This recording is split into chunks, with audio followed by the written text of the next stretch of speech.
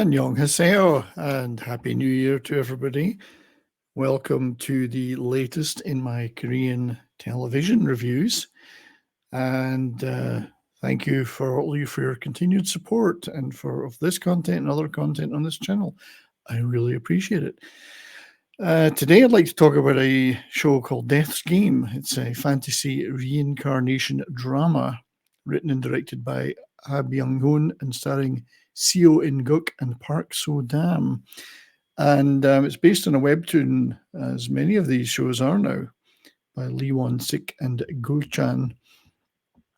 I did have this video prepped and ready to go a few days ago, but then some of the tragic events, Lee Seon-hook, surrounding that, I thought I'd give it a pause for a respectful distance between those events and this video, due to the subject matter that the show is based around. The show itself is broadcast on TV in Korea and on Amazon Prime in North America. And there's 8 episodes in total, 2 parts of 4. Part 1's already been released on December 15th. Part 2 will be released in just a few days on January the 5th, 2024. And as always, please be aware there will be some mild spoilers ahead, so beware. So let's take a little look at the trailer for this show. If I can find the correct view, there we go. 넌 앞으로 12번 죽게 된다. 그리고 어떤 몸으로 깨어나도 무조건 죽게 된다.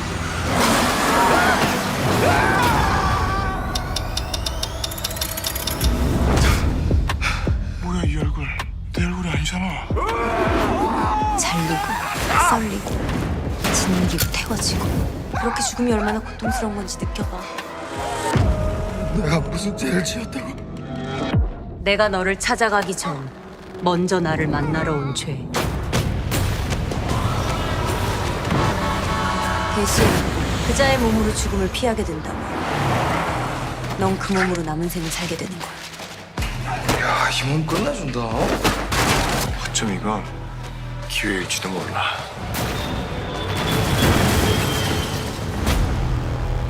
이대로 죽을 순 없다.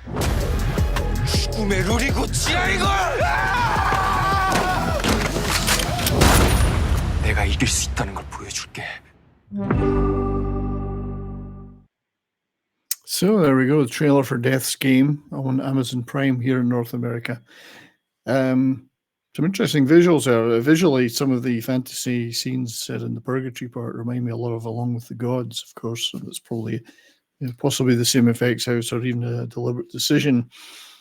I think majority of the scenes we see are from the first 4 episodes, so they're keeping a lot back, not giving too much away about the latter 4. But as I say, there will be some mild spoilers ahead, so be aware of that. So what is the plot of this show, which I must say we really enjoyed the first 4 episodes. I'm looking forward to the last 4 very much.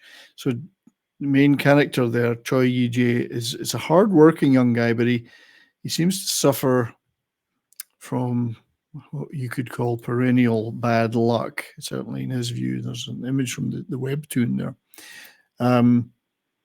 And he struggles to get a job, an appropriate job, given his qualifications. He fails to keep his devoted girlfriend and loses all his cash in a scam, and many other things that happen to him. He does seem to have a lot of misfortune. So life seems to deal him blow after blow until in despair he decides to remove himself from the equation. And we have to talk about these things with certain words on YouTube. But rather than the oblivion that he expected or wouldn't expect, of course, he wakes up in this terrifying afterlife where, or more accurately, it's a purgatory he seems to be trapped in, and he's not alone there. Death is there, and she is not happy with him for mocking Death's agency in the role of who lives and who dies. So Death actually sets Yi-jae a test. He's condemned to 12 cycles of death and reincarnation. If he fails to avoid death in any one of those lives, he will be then condemned to hell. If he dies if dies every 12 times out of 12, he's done. But if he succeeds in even one of these in avoiding death, then he'll be allowed to live on as that person. So she makes him a deal. Not very pleasantly, I have to say. She's pretty ruthless. Now, while part one of the show was released late in the year, it quickly became one of my favorite shows of the year because it combines in such wonderful K-drama way the fantasy elements with a great mixture of drama, romance, comedic moments, and some high-octane action. So the device of reincarnating Yi-jae in different people's lives allows for a variety of these scenarios to be portrayed, and also for some great actors to be used for those 12 roles of all the people who he inhabits that are facing death as well in their lives. And I'm not giving too much away when I say that perhaps these apparently disparate lives are actually perhaps connected to Yi-jae and overlap, and perhaps death is revealing things about his life and lessons are there to be learned. So it's very intriguing and it's absorbing and it really draws you in very quickly. And the short number of episodes means there's no filler. And the script and the director bring you quickly into the lives of those 12 intertwined people that are intertwined with Yi-jae and those that he left behind. So it starts to reveal aspects of his existence that he wasn't aware of. So, there are things to be learned by him, which is, and having only seen the first 4 episodes, we don't know where that's going to go and what death's real purpose is here.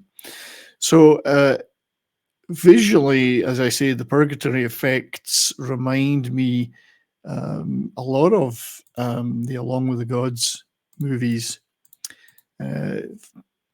If you look at this particular image, you'll see, the large hellscape in the background. I love the fact that she's stomping on him there. So that's visually, I think you'll see a lot of similarity there with that, which is fine. But there's also some really deftly handled action sequences in one episode in particular, which wasn't expected. Now, the 2 leads are excellent. Yi-jae is played by Seo In-guk, who was so charming and amusing in Cafe Minamdang on Netflix. He really is a charming chap. But here he gets to stretch out with some really deeply emotional scenes, as well as some lighter moments. And he doesn't lose that comedic edge that the actor is so good at, but he really does portray the despair and emotional pieces very well too. But death is played deliciously by Park So-dam, who was so great in Parasite, but also in one of my favorite movies of 2023, one of the best movies of 2023, Phantom. And she really eats up the role of death, I have to say. It very deliciously. Phantom is an excellent movie, by the way, Japanese era set spy thriller with a very noir and stylish appearance and touch. Great movie, one of the best of 2023. So it's great to see her in continuing to get good roles, and she's very good as death in this. But because of the scenarios that Yi-jae gets to inhabit different lives as part of this test, you get to see a lot of great supporting actors. Can't mention them all, there's too many. But first of all, there was the impossibly handsome and cool Kim Yi-hoon. Here he plays, in Death's Game, he plays the son of a founder of a major corporation whose life interacts with Yi-jae. He made a great impression for us in Denver, as Denver in the Korean adaptation of Money Heist, which was a brilliant show on Netflix if you get the chance to watch that. And he also recently played the villain in the Netflix's Ballerina movie, not to be confused with the John Wick Ballerina that's coming out this year. Yang Seung-yo plays the kick-ass fixer that gets to do all the action scenes in the show. Yi-jae inhabits his life in one episode. He's tough as nails in this, but lovers of quality Korean cop shows will know him as one half of the detective team in the wonderful show The Good Detective, which had 2 seasons. It's one of our favorite shows. Excellent. Check him out in that. Here he gets to play a very tough in action role in Death's Game. And we're going to give a shout out to Lee Do-hyun from Hotel Del Luna, who Yi-jae inhabits in a very emotional episode where we learn more about his relationship with his bereaved girlfriend. So lots of scope for great cameo and guest appearances in this. All right, well, yeah, so actually there's just a little shot of him in Hotel Del Luna, which is also a very, very great and stylish Korean drama on Netflix. So, Death's Game, all in all, it's a really great show. Very much recommend it. We can't wait for the second tranche of episodes on January the 5th. Should be good. We actually don't know how it's going to end. We can't speculate. So, very, very, very much looking forward to that. So, thank you for watching. If you've enjoyed this dive into the wonderful world of Korean entertainment, leave a like and a comment and consider subscribing. I really appreciate your support and for watching all these videos and live streams. But till next time, stay well. Have a great 2024. Annyeonghi gaseyo.